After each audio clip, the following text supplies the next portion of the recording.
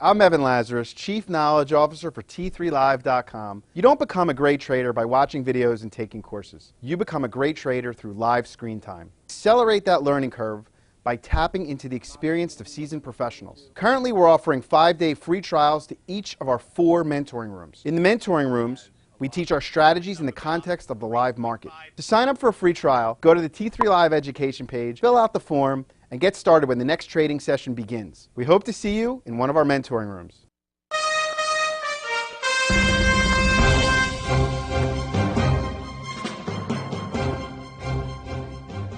Good morning. My name is Scott Redler, Chief Strategic Officer of T3Live.com. Welcome to Friday's relaxed morning call, the last morning call of June and the second quarter. Okay, with that said, it's been a really nice week. We started off the week with the market in the hole, so to speak, looking for a pivot low. We wound up getting that pivot low around 1560, and then we've rallied back to resistance. So I know a lot of people in the community probably took some risk off yesterday, maybe even looking to be tactically short versus the retest of the 50-day, which is something that I've been trying to do, into this spot. So let's just talk real quickly about where some action could be today and what to look out for. So you go to the chart of the spiders, you will see that, here was that pivot low on I think this was Monday. Okay, so that was your doji. Then here was your confirmation once we closed above that, that we could see a bounce back to retest, the 50-day moving average and this broken trend line. So you take a closer look here at, this bar in the spiders. I know this morning it was kind of interesting. The futures were up, 5-6 handles, and I was like, ugh, are they going to, push us through this level? They're going to push the spiders above 162.10 or yesterday's high of 161.82. Am I going to have to take some pain, into this gap, being short? And then by the time I got in, this morning, futures are already down, and it seems like we are below yesterday's low of 160.95. So I would think, they would probably want to fill this gap. Okay, this gap gets filled down to about 160.50. So 160.50 going across. If you did short yesterday, I was hoping maybe we could add through yesterday's low, which is right here, which I think we might be below right now. And then I would cover some into this area, once the gap's filled, and then, maybe trail a little bit or figure it out. Depends on your time frame, what you're looking for. What I truly would love to see is, a potential move to this area, or maybe even to retest the 100-day at some point, which I'm not saying we get there, and that would be something a bit more strategic where, we bought this, sold into here short, tactically, look to buy for a higher low, if this were to happen or transpire, but we shall see.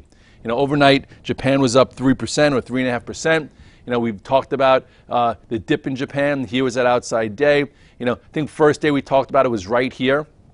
And it was a nice trade. And I said, for those who have a bigger time frame, who's looking for Japan exposure, doesn't matter that we gap down back here. It's going to take a little bit of time. 20% off the highs. It could, whatever. It's not going to just, be a V bottom. But anyway, this one was a lot more sturdy, where you had to move back to the resistance, and then this was that lower pivot where we broke above yesterday, and it's probably a little bit higher, proving that a 20% pullback off the high, if you have a plan, could be viable on all different time frames. Same thing probably goes for the DXJ, which maybe at this point it gaps above this 45 and then can continue like to 47.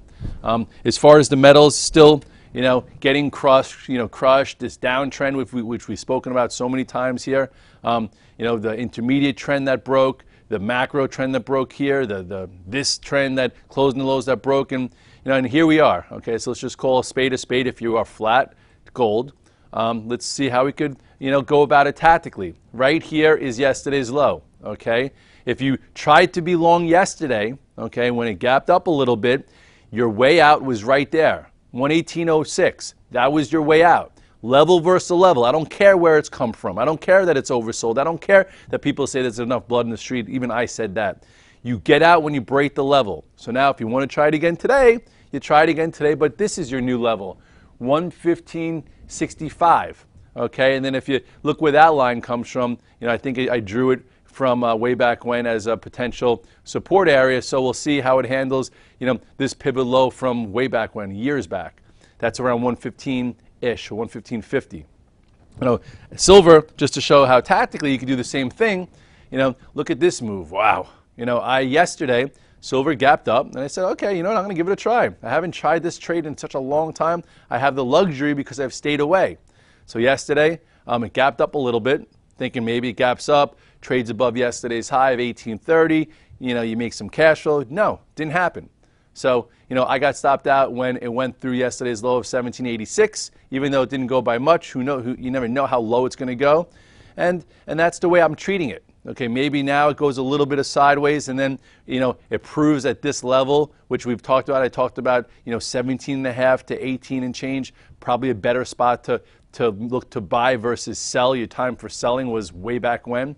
So we'll see how this develops. Okay, here's your new range. I wouldn't overtrade it. I wouldn't listen to everyone out there on TV that's been basically wrong about it. You know, I think who they put Peter Schiff back on, who's been. The problem with gold and silver is that everyone that's in that trade, you know, that throw technicals out the window, they talk like they know so much that oh, at some point it's going to go to 2,000-3,000. So just close your eyes and ride gold down from 1,600 to 1,200. No. Because normal guys, you know, even big money guys, you're not going to stay solvent or be able to handle that pain. So that's why you want to approach whatever you approach technically. So anyway, with that said, you know, maybe there's opportunity. I think Gunlap, you know, Gartman came out today and said that he thinks, you know, that the big money short in gold is probably done with, which I agree. You know, it doesn't necessarily mean it's a buy yet, but we probably are close to something. So for me, I'll go a level versus a level. You know, then, you know, another thing, BlackBerry came out. It's getting beat up right now.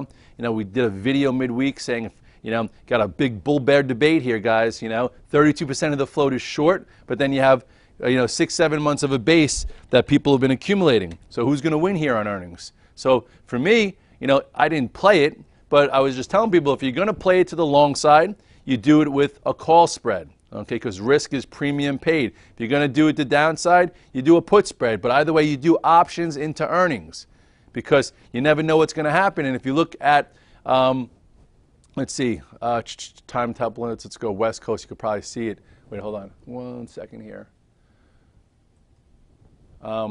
Anyway, I think it's trading around 11. Okay, so it's back to, you know, this area, which is some decent support, but really huge support comes in a little bit closer to 9.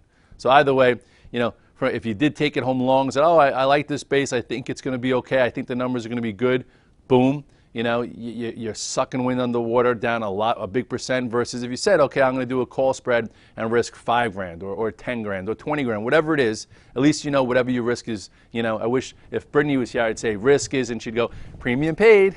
So, but anyway, she's not, so that was just me. So anyway, you know, lots of stocks have done the same thing. They've had this 4-day snapback where, you know, it was compelling to be long a little bit Monday, maybe add to it Tuesday, sell a little bit Wednesday. If you had the luxury of holding through Thursday, you did a better job than I did.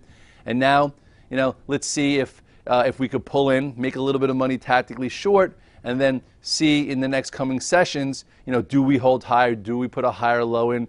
Is this more than just a snapback? And continue to be tactical, because being tactical has been pretty good. You know, we've seen relative strength. We've seen strong stocks like Tesla looking really good, leading the way, you know, holding this uptrend, holding the 21-day, breaking out. You know, last buy point we talked about was like 104.20. Now it's near 110. The high is 114.90. You know, if you're in this one, we've talked about that. I do think this does have all the criteria to be up here at some point. Okay, first thing it's going to have to do is take this out. So, you know, might be soon. We'll see. But either way, acting very well technically. You know, there's not really much else. You know, Amazon is near the highs, but, you know, it still needs time. It was a good buy the pullback. Netflix, what's that doing? You know, still holding on to this support, but it's kind of just out of play and it's very wishy-washy. So just know that big support here is a 207.56.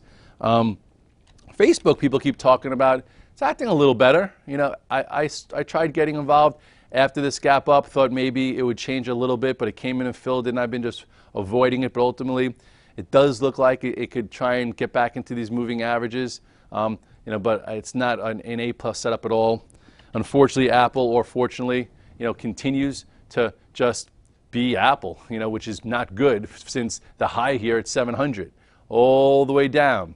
Last potential positive pattern broke right here. Okay, you had your left shoulder to the head. This was a right shoulder forming. That failed. Okay, some people are having actually some decent results by shorting. You know, I've been kind of just avoiding. I was trying to be long in here, but once it broke, you know, 444-ish, that was your out. This ascending channel broke to the downside. Then this area, 428.50, broke to the downside. And then this 419 that held across the board for a while didn't even have any support there. Gave you that quick move down to, you know, this area. Now all of a sudden it's just bleeding lower. So at this point, I'm really not trading it. If I do a micro trade here and there, it's not a focus. It shouldn't be yours. It doesn't matter what the PE, what the cash flow, what this or that. You know, technically it's still weak. Here's your next level, 385. We'll see how it handles that at some point. And then, but again, you know, there are other things out there.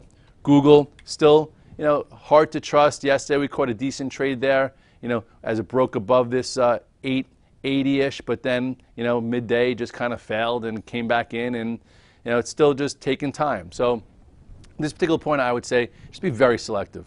You know, you want to take compelling type setups, especially over the summer when, you know, when there's low volume and the machines are in control and you don't know what the force of will want, especially like this week. You know, at least we had some clues that after a big pullback, they would try and snap the market back for some type of window dressing, second quarter performance phenomenon, and that happened. So now with us at resistance, can we tactically short and make some money? I'm trying to. I started yesterday, and we'll see how that works out today, but it's just really a tactical trade because at some point I think I want to be long again. You know, I want to be long, you know, into a small pullback where the market proves it, the self that it's worthy of that, and then leaders lead, and we need more of them. You know, some of the banks acted well, some didn't. You know, Bank of America proved to be a nice buy down there when we were looking at it at 1240 to 1210 into 13. I think it's more of a short-term sell versus buy. That was your tactical trade back up. You know, JP Morgan also acted well there, you know, but this was your bounce back, you know, so now at this point, you know, let it come in a little bit. You know, don't be chasing JP Morgan up here, even if it can go higher later in the year. Maybe I'd love to see a pullback to here to buy it. I played it long from here, got out into here. So I get a little upset when it goes there, but that's part of my thesis, and it is what it is. But anyway, you know, here's your downtrend. At some point, you know, maybe we buy it a little bit closer to 52 for it to go. And, you know, again, those are my thoughts. Those are the thoughts. You know, second quarter's basically over. Hopefully you did pretty well. If you didn't do as well as you would like, just figure out why. You know, take some time this weekend to relax and have fun, but also take some time to, you know, maybe look at your journal and look at things that you're unhappy with, especially if you're unhappy with your performance, and just start working on it. We learn every day from the market, and no matter what your skill set is or your experience, it's a work in progress. You know, every day I try and get a little bit better, do things a little bit different to put myself in a better position to make more money from my P&L. And, you know, it's very prudent for everyone to think that way. Otherwise, you're never going to advance and you're never going to, you know, reach the goals that you want. Scott Redler, T3 Live, The Morning Call. Have a great day and a really nice weekend. I'm Mark Sperling, Director of Trading with T3 Trading Group and contributor to T3 Live. Do you trade on your own, but you wish you enjoyed the benefits of a large trading floor? With the T3 Live virtual trading floor, we deliver that experience to you on your computer. On the VTF, you can follow the long and short positions of experienced professional traders like myself, Scott Redler, and others, and listen to our live radio stations as we navigate the markets. In addition, you get the added value of a large community of sophisticated and like-minded traders. Your membership to the virtual trading floor also includes access to our two very popular newsletter products, Off the Charts and the Price Point Sheet at no additional cost. In my opinion, joining the room will be the best trading decision you will ever make. I would like to invite you to begin your membership with a 7-day free trial. To get started, visit t3live.com and click on the Virtual Trading Floor tab. Have a great day, and I look forward to seeing you in the VTF.